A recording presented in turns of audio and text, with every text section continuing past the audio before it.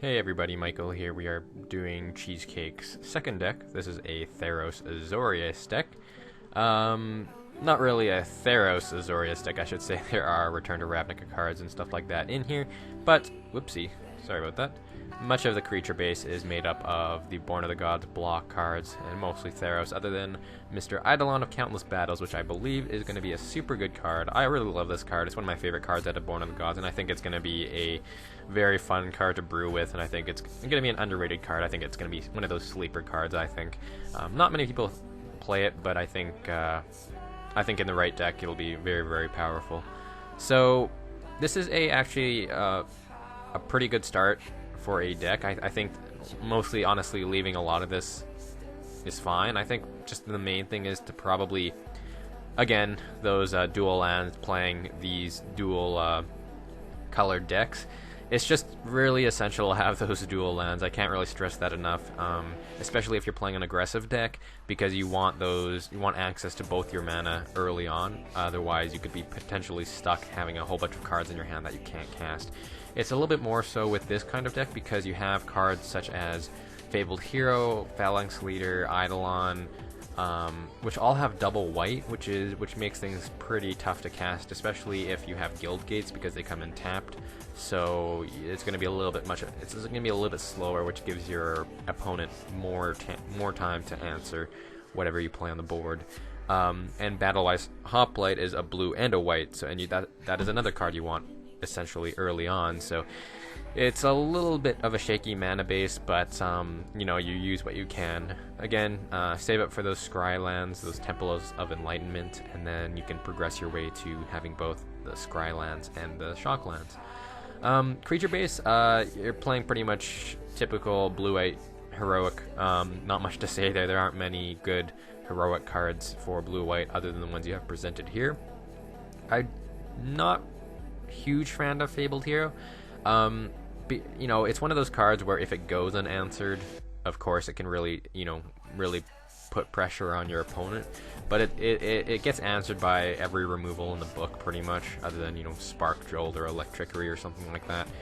But Last Breath hits it, Shock hits it, Lightning Strike hits it, Mizzy Mortars hits it. All those cards hit it, and I don't think the Double Strike is worth it enough to do it. I think maybe having one or two of is fine to have, but I personally would rather run Banisher Priests in place of Fabled Hero as a main board, just because it gives your deck a little bit more removal, and it's still at least another creature you can play on board to help out with Spear. But that's just my opinion. Fabled Hero, it can get pretty big and it can swing in for a lot of damage, but if it's removed, then there's not really much point to it. Eidolon, I don't think you need to play 4 Eidolons. I'd probably knock it down to 3. Oh, easy. It sort of depends on if you want to be playing it mostly as Bestow. I personally would rather Bestow Eidolon more often than not. So having just 3 of them I think is fine. You don't want to see it too often. I think you have better things to play out other than Eidolon of Countless Battles, but playing him as Bestow really helps out your heroic, as well as it does give you sort of wrath insurance in case one of your, in case you get board wiped or something. At least Eidolon will fall off and you'll still have at least one threat to play around with. Battle-wise Hoplite, just a really, just a solid blue-white heroic card. Not much to say there. I think having 3 of it is fine with that. 2 Hopeful Eidolon for the lifelink. I think that's perfectly fine as well. The lifelink is nice, and the bestow cost isn't too hard to hit. But you may want to experiment with other bestow cards. I can't remember. There's some bestow cards in Born of the Gods I think that are pretty decent, but I can't remember. But yeah, I'm assuming you're just gonna be playing this for the bestow anyways, so having 1 or 2 of it is fine. Spell-wise, Triton Tactics, just a solid blue-white heroic card. 2 Detention Sphere, just another way to answer removal. Depending on what decks you're playing against, you might even consider having 2 of in the sideboard, just for if you're playing against creature-heavy matchups or planeswalker-heavy matchups. It gives you another answer to them, because this is a type of deck that does not answer well to planeswalkers. So having that detention sphere is nice. 4 Gods Willing is pretty solid indeed. I would rather just run Brave the Elements, but because it gives all your creatures protection. But I can see if you want to use it for the heroic triggers, that's perfectly fine as well. I think just running Brave would be better just because you already have plenty of ways to activate your heroic guys, so that's one thing to consider. Just be forewarned if you are going to be running Brave or something like that, and you have Eidolon or Hopeful Eidolon bestowed, and you have to do protection from white, then your enchantment creatures are going to fall off, so just keep that in mind. Ordeal Thassa, it's a good card to have in a heroic deck, just gives you card draw, makes your guys super strong, not much to say there. You could probably run with 3, I'm not sure if I'd want to see Ordeal of Thassa too often. Aqueous Form, just another heroic activator, way to swing through. I think maybe taking 1 Ordeal out and replacing it with 1 Aqueous Form might be nice. 2 Spears of Heliod. Now, Spears of Heliod, I think, is fine in this deck, but you might want to experiment with possibly getting 3 Ajani Collar of Prides.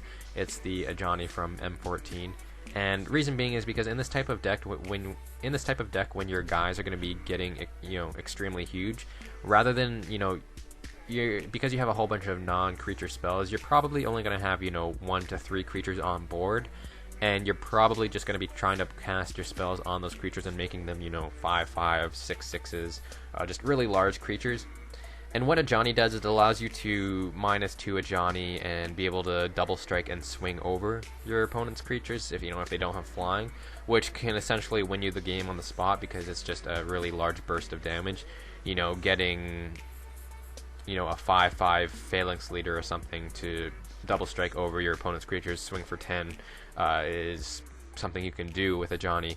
And Spear of Heliod, I think, is more constant damage, but your guys are still generally going to be pretty weak as it is, so it's going to be a little bit, this is sort of tough to say. It might be more of a testing thing, but it might be more depending on what type of deck you want to be playing.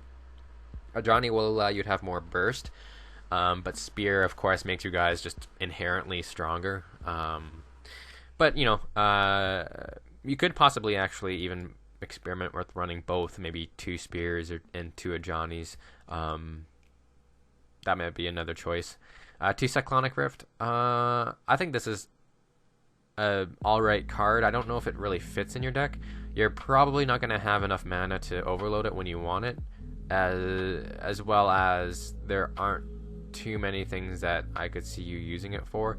It does bounce back larger creatures or something like that, but you have ways of evasion. You have God's Willing, you have Aqueous Form to swing through your guys, so trying to have removal in your deck makes it a little bit slower. I would rather spend that 2 mana on a way to heroic one of your guys or heroic a few of your guys, as well as just be able to play more creatures, possibly maybe add in a couple of more creatures rather than Cyclonic Rift. You don't want to have too many spells in your deck. You still want to be generally playing out more creatures, and using Phalanx Leader, I think, to be able to pump up all your guys is pretty nice indeed. Sideboard wise, Mizium Skin, you might even consider mainboarding Mizium Skin. Reason being is because it does protect against a lot of the removal out there, and this standard is very heavy heavy on the removal, so having those answers to be able to protect your guys as well as get heroic triggers off, I think is pretty nice indeed, especially against Bioblade, which is one of the new Born of the Gods cards, and that card can potentially blow out your board if you play too many of the same creature at once.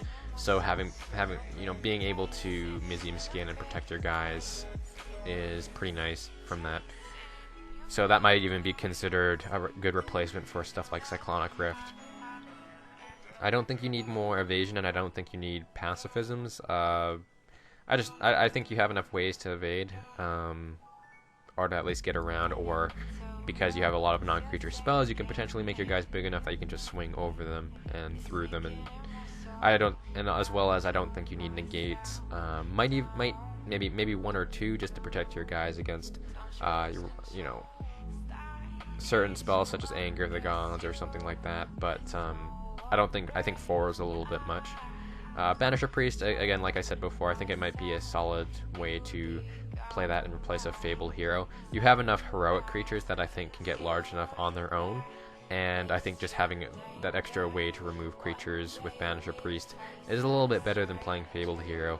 I think it does a little bit more, because at least if you Banisher Priest, exile one of their creatures, even if they kill it, they won't be able to attack with it right away unless they kill it the turn you play Banisher Priest.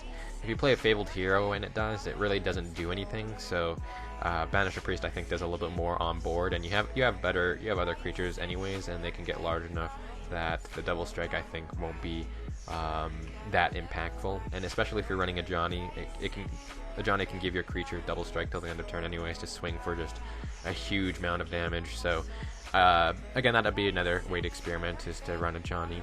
But yeah, this is again a very solid start. I think it's not much to say. It's a blue-white heroic deck.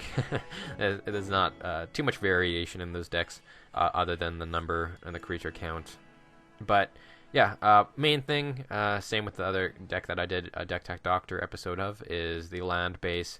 Running these blue-white decks, having a lot of double whites and a blue-white. This deck wants to be fast, and having access to those dual lands and being able to play them on time is pretty imperative. So that is one thing to consider saving up for. So yeah, again, for everyone watching, if you guys have any more suggestions for Mr. Cheesecake, then please leave them in the comments below, and I'm sure he'll get back to you. And again, thank you guys for watching. Thank you for Cheesecake for sending in both of your decks. Hope you got something out of it. And again, if you have any more questions, feel free to message me or on Reddit or YouTube, and I'll be sure to get back to you as soon as I can. Thank you guys for watching, and I hope you guys have a great day.